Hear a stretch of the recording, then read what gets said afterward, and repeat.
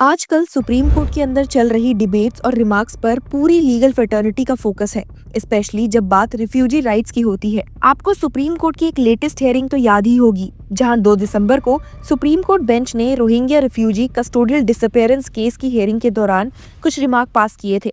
Court ने जब पूरा मैटर सुना था, तब chief justice of India Suryakant ने एक पॉइंटेड क्वेश्चन पूछा था, where is the order of the government of India declaring them as refugees? Refugee is a well defined legal term and there is a prescribed authority by the government to declare them. If there is no legal status of a refugee and somebody is an intruder and he enters illegally, do we have an obligation to keep them here? Court ने ये भी observe किया था कि repeatedly social media based allegations पर petitions file हो रही हैं बिना किसी वेरिफिकेशन के। You can not keep collecting info from social media and file petitions. और इस बार बेंच ने स्पेसिफिकली प्रूफ मांगा कि क्या रोहिंग्यास को सी में थ्रो किया गया था या इलीगली डिटेन किया गया था। तो जहां एक तरफ इस हियरिंग ने कोर्टरूम का माहौल बदल दिया, वहीं दूसरी तरफ लीगल फ्रेटर्निटी में भी काफी चर्चा होने लगी, जिसका नतीजा ये हुआ कि इसी बैकड्रॉप में एक बड़ा डेवलपमेंट अब सामने आया है। ओवर 30 फॉर्मर जजेस, सीनियर एडवोकेट और campaign for judicial accountability and reforms CJAR के मेंबर्स ने chief justice of India Suryakant को एक ओपन लेटर लिखकर अपने डीप कंसर्न्स एक्सप्रेस किए हैं।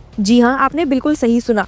आमतौर पर लीगल फ्रेटर्निटी से ऐसे एक्शंस हमें पहले भी देखने को मिल चुके हैं, लेकिन हाल ही में अपॉइंट हुए new chief justice of India के लिए ये पहली बार हुआ है। हियरिंग के दौरान दिए गए चीफ जस्टिस ऑफ इंडिया के रिमार्क्स अब एक लार्जर कॉन्स्टिट्यूशनल और ह्यूमैनिटेरियन डिबेट को ट्रिगर कर चुके हैं। 5 दिसंबर के लेटर सिग्नेटरीज के ग्रुप में काफी हैवी वेट नाम शामिल हैं, जैसे कि former Delhi high court chief justice AP Shah, former जजेस K चंद्रू और Anjana Prakash, well known academicians जैसे professor Mohan Gopal, senior advocates Rajeev Dhavan, Colin Gonsalves, C Uday Singh, Mihir Desai और एडवोकेट्स कामिनी जायसवाल, गौतम भाटिया, शाहरुख आलम, CJAR के प्रशांत भूषण और अंजलि भारद्वाज ने भी साइन किया है। ये लिस्ट प्रूव करती है कि सिग्नेटरीज कोई फ्रिंज कंसर्न नहीं उठा रहे, बल्कि ये लीगल फ्रेटर्निटी की कोर कंसाइंस बोल रही है। इस ओपन लेटर में सिग्नेटरीज ने चीफ जस्टिस ऑफ इंडिया को रिक्वेस्ट किया है कि वो जुडिशरी की commitment to constitutional morality and dignity of every person को रीअफर्म करे।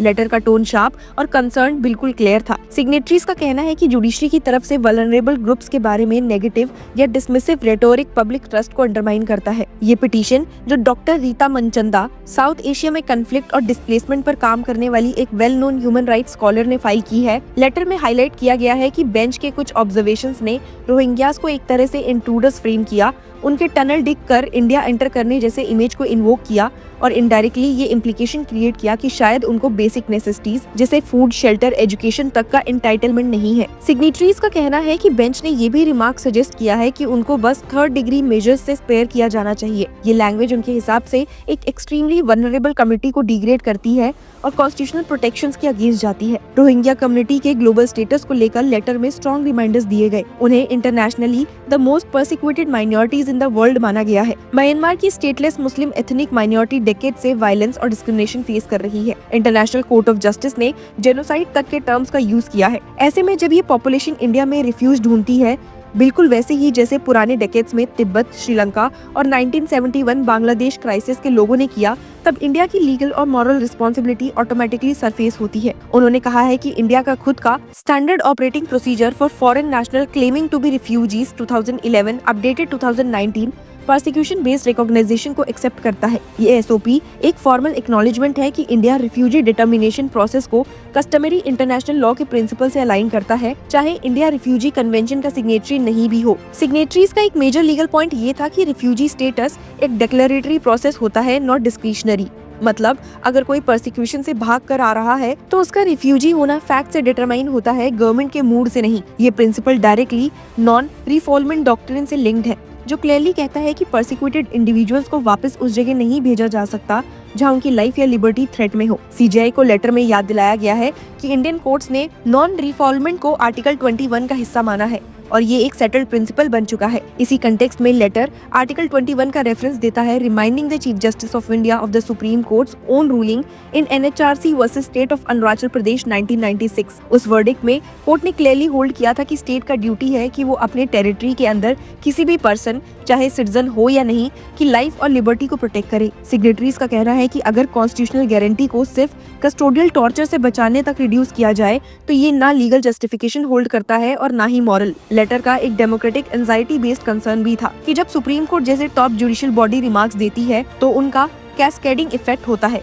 लोअर कोर्ट्स, ट्राइब्यूनल्स और एडमिनिस्ट्रेटिव अथॉरिटीज उन लैंग्वेज यूज को अडॉप्ट कर सकते हैं। अगर टॉप कोर्ट रिफ्यूजीज को इंट्रूडर्स की कैटेगरी में डिस्कस करेगी तो ग्रास रूट लेवल पर उनके राइट्स का फर्दर डाइल्यूशन ऑलमोस्ट इनएविटेबल हो जाएगा और यही जुडिशरी के रोल को डैमेज करेगा as the refuge of the vulnerable. Signatories ने ये भी एम्फसाइज किया कि रिफ्यूजीज स्पेशली रोहिंग्यास के बीच वुमेन और चिल्ड्रन का लार्ज प्रेजेंस होता है और उनको इलीगल इंट्रूडर्स के साथ कन्फ्लेट करना एक डेंजरस प्रेसिडेंट सेट करता है। दर्शकों, सुप्रीम कोर्ट के 2 दिसंबर हियरिंग से लेकर लेटर के टोन तक एक कंसिस्टेंट टेंशन देखी गई कि एग्जीक्यूटिव की refugee recognition policy, judicial remark और कॉन्स्टिट्यूशनल प्रोटेक्शंस के बीच एक अनईजी ओवरलैप है। बेंच ने मैटर को अब नेक्स्ट डेट पर डिटेल्ड एफिडेविट के साथ सुनने का इंडिकेशन दिया है और दिल्ली पुलिस को प्रॉपर स्टेटस रिपोर्ट फाइल करने को कहा है। कोर्ट ने ये भी क्लैरिफाई किया that we are not saying Rohingyas have no right but simultaneously government recognition के रिक्वायरमेंट पर स्ट्रेस भी दिया गया। यानी जुडिशियल स्पेस अब एक बैलेंस ढूंढ रहा है between national security concerns and humanitarian obligations. Letter का closing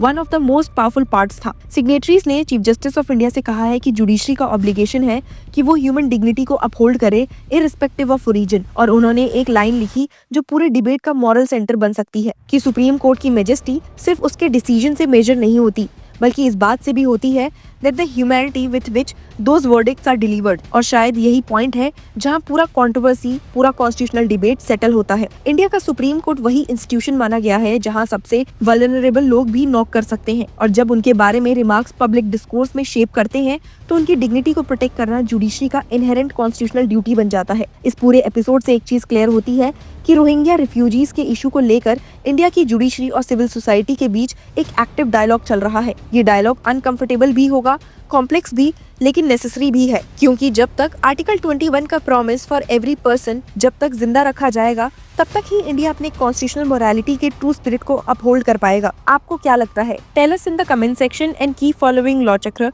for more such legal news and updates.